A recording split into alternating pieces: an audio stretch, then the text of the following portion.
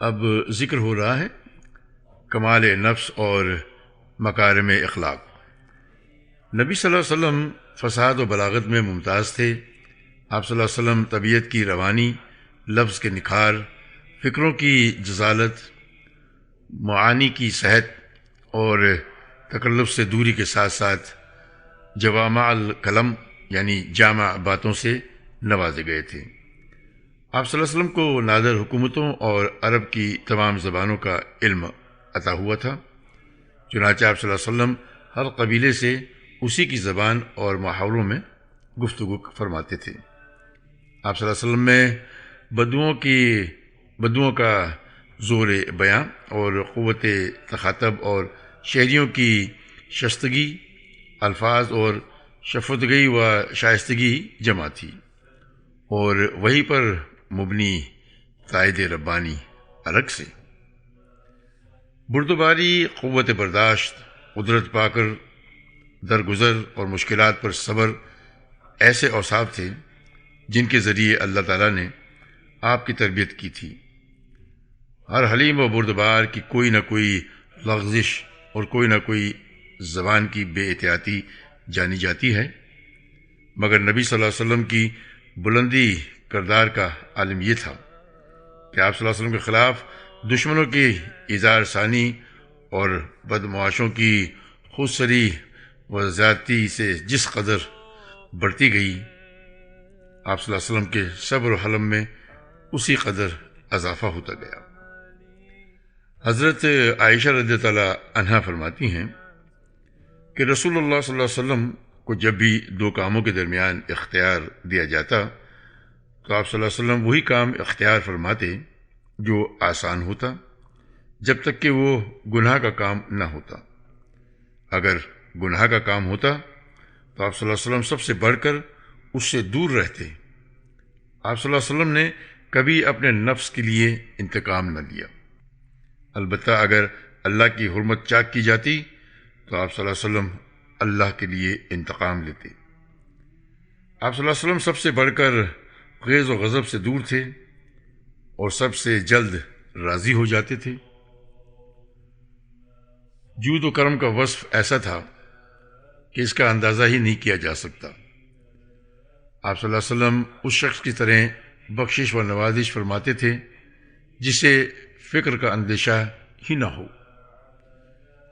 ابن عباس رضی اللہ عنہما کا بیان ہے کہ نبی صلی اللہ علیہ وسلم سب سے بڑھ کر پیکر جود و سخا تھے، اور آپ کا دریائے سخاوت رمضان میں اس وقت زیادہ جوش پر ہوتا جب حضرت جبریل علیہ السلام آپ سے ملاقات فرماتے، اور حضرت جبریل رمضان میں آپ سے ہر رات ملاقات فرماتے اور قرآن کا دور کراتے۔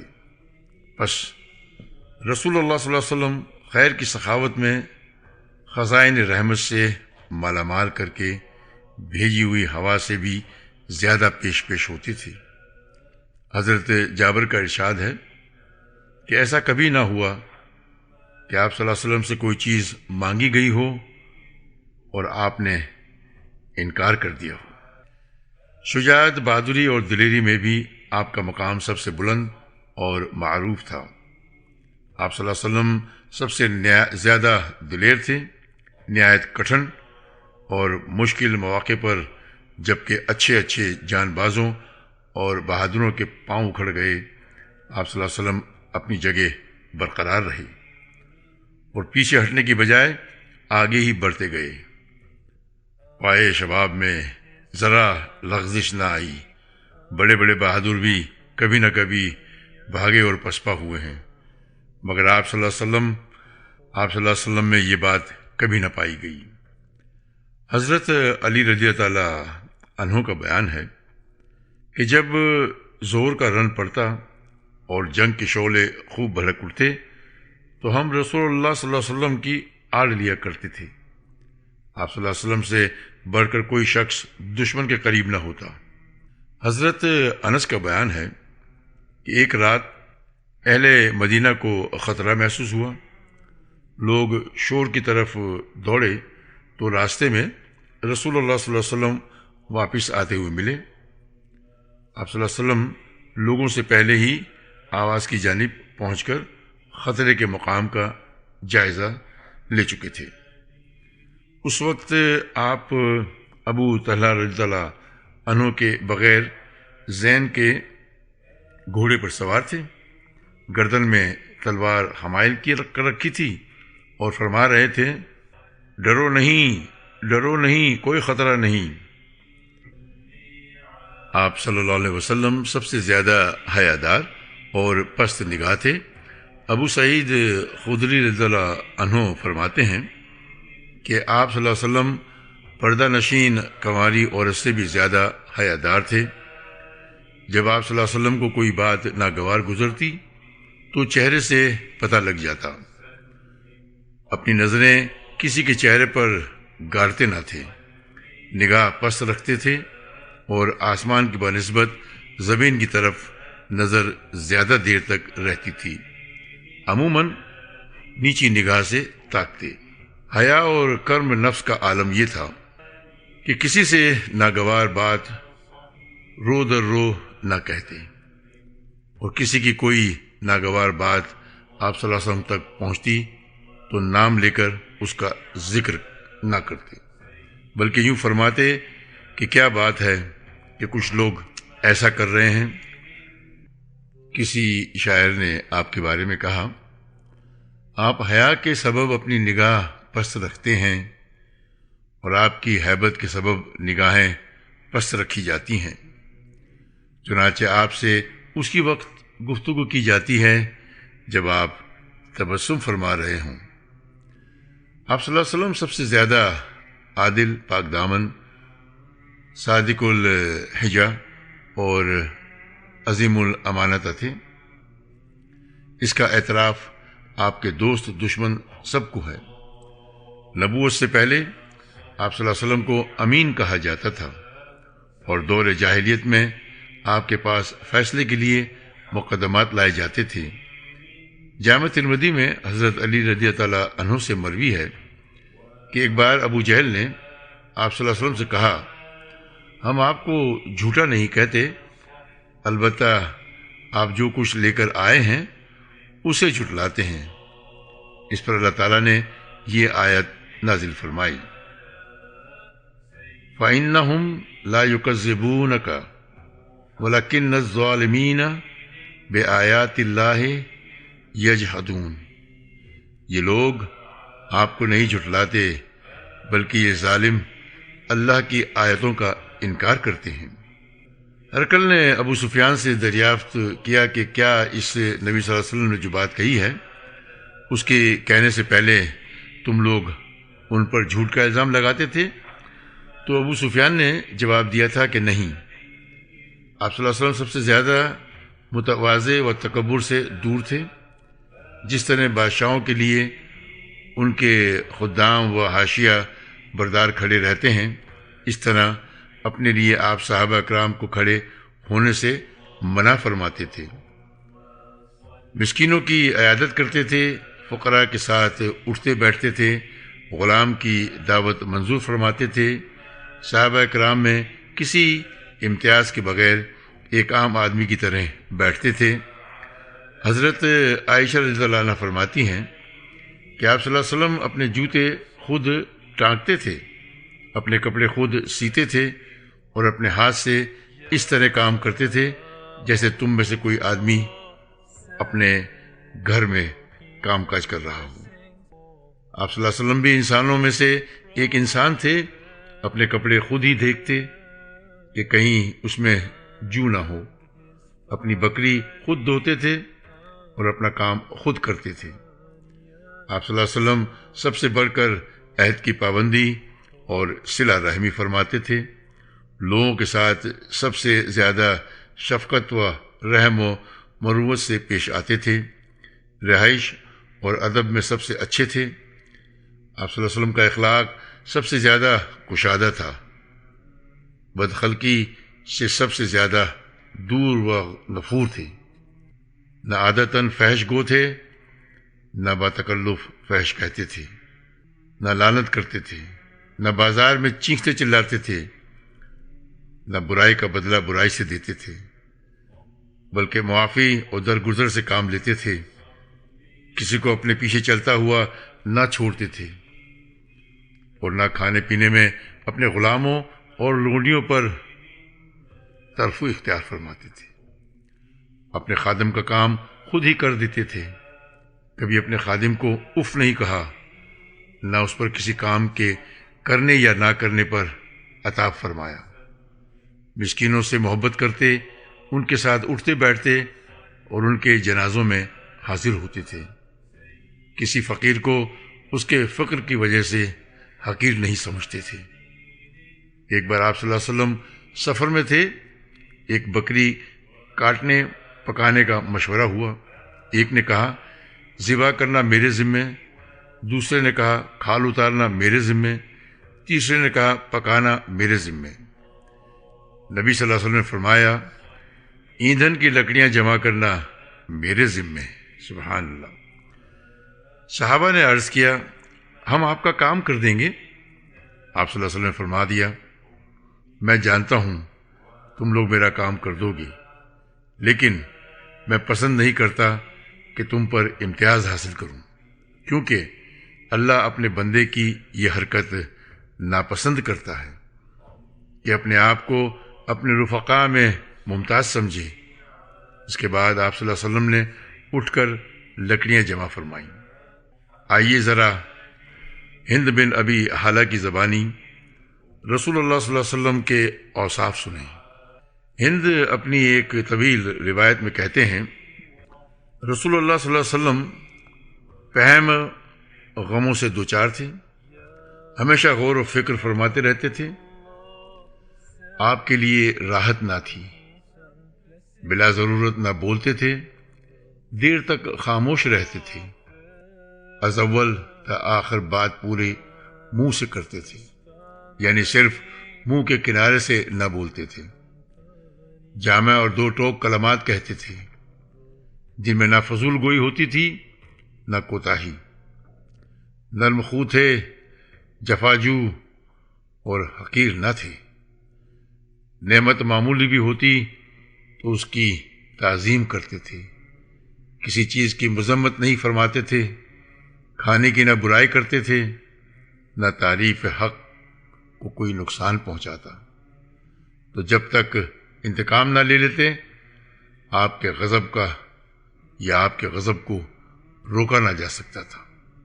البتہ کشادہ دل تھے، اپنے نفس کے لیے نہ غضبناک ہوتے نہ انتقام لیتے، جب اشارہ فرماتے تو پوری ہتھیلی سے اشارہ فرماتے، اور تعجب کے وقت ہتھیلی پلٹتے، جب غضبناک ہوتے تو رخ پھیر لیتے، اور جب خوش ہوتے تو نگاہ پست فرما لیتے۔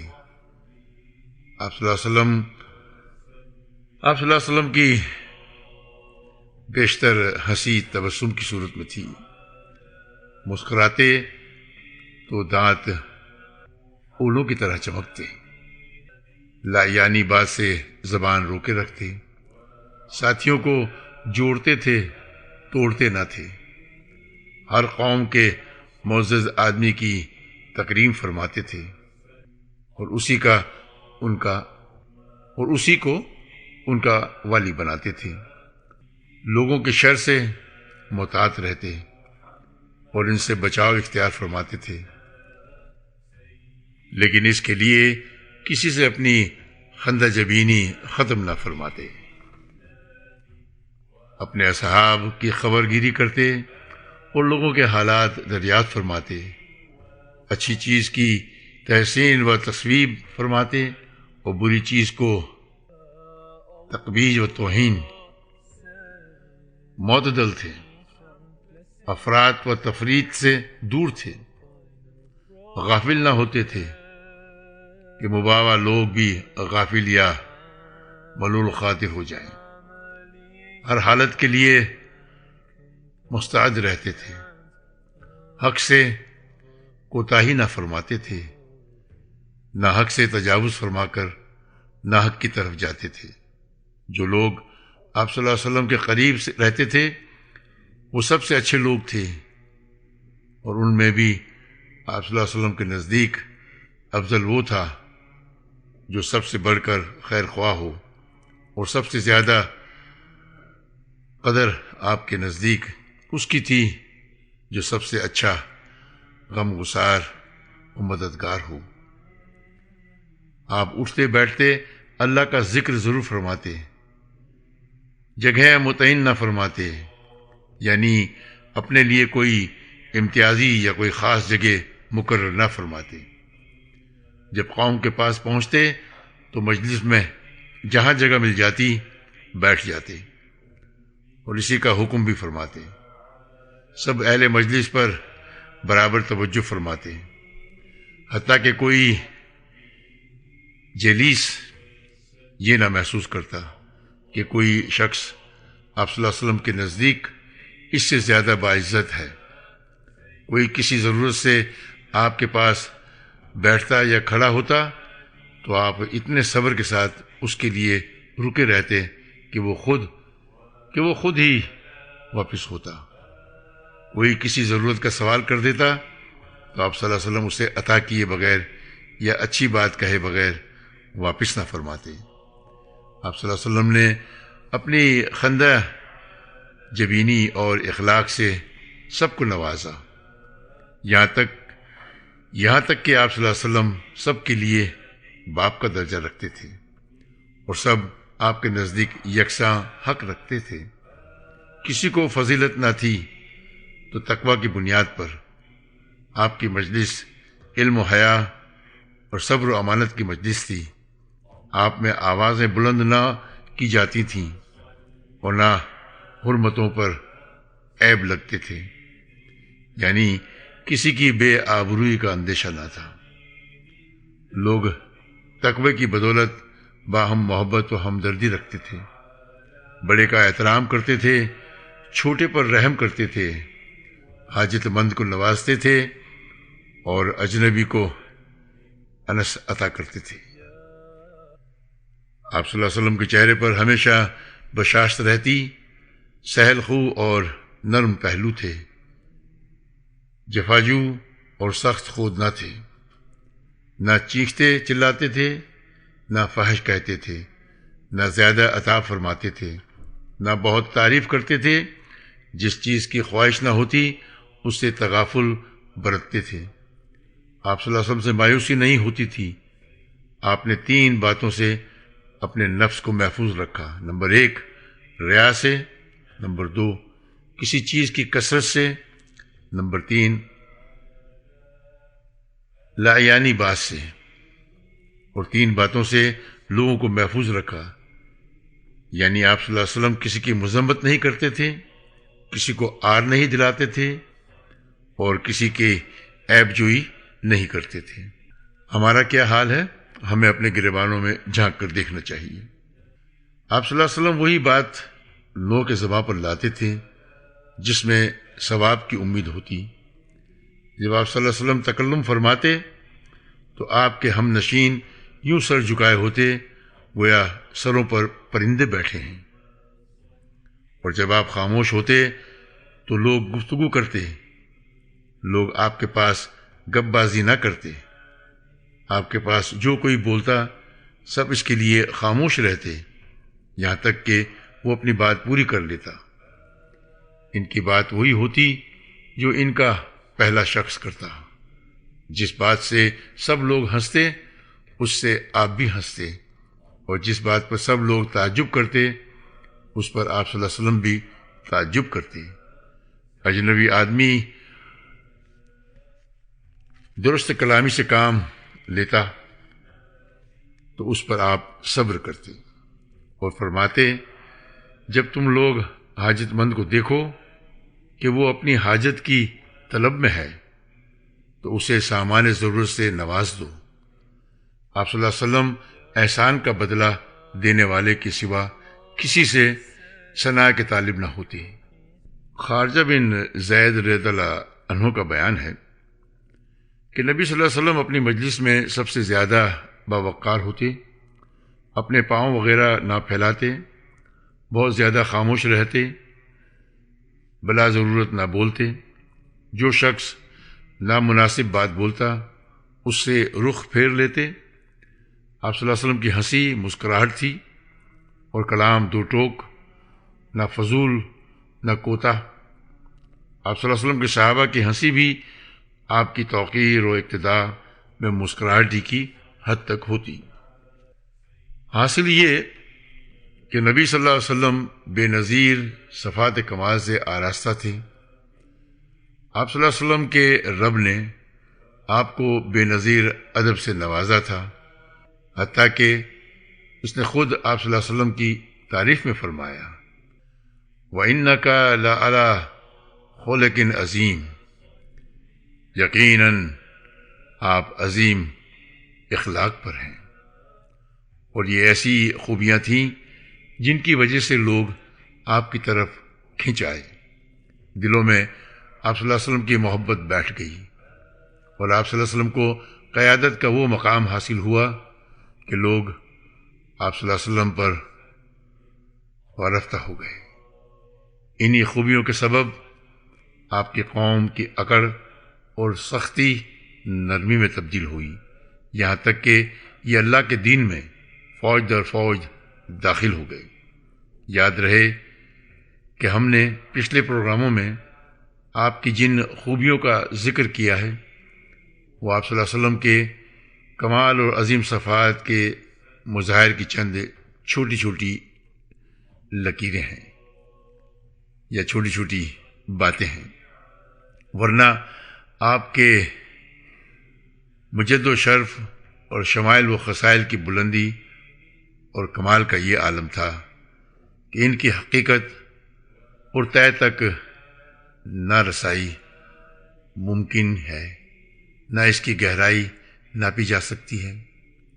بھلا عالم وجود کے اس سب سے عظیم بشر کی انتہا تک کس کی رسائی ہو سکتی ہے، جس نے مجد و کمال کی سب سے بلند چوٹی پر اپنا نشیمن بنایا اور اپنے رب کے نور سے اس طرح منور ہوا کہ کتاب الہی کو اس کا وصف اور خلق قرار دیا گیا، یعنی قاری نظر آتا ہے، حقیقت میں ہے قرآن۔ اللہم صلی علی محمد وعلی آل محمد كما صليت على إبراهيم وعلى آل إبراهيم إنك حميد مجيد اللهم بارك على محمد وعلى آل محمد كما باركت على إبراهيم وعلى آل إبراهيم إنك حميد مجيد صدق اللہ العظیم۔ سامعین، ہم امید کرتے ہیں کہ آپ سیرت نبی کے اس پروگرام سے یقیناً محظوظ ہوئے ہوں گے، اور اس دوران ہمارے تلفظ میں کوئی غلطی ہوئی ہو تو اس کے لیے ہم معذرت خواہ ہیں، کیونکہ ہماری مادری زبان عربی ہے نہیں، اور جن اقوام اور علاقوں کا ذکر کیا گیا ہے اس تلفظ میں ہم سے غلطی ہو سکتی ہے۔ امید کرتے ہیں کہ آپ ہمیں چھوٹا یا بڑا بھائی سمجھ کر معاف کر دیں گے۔ اپنی دعاؤں میں یاد رکھیے گا۔ السلام علیکم ورحمۃ اللہ وبرکاتہ۔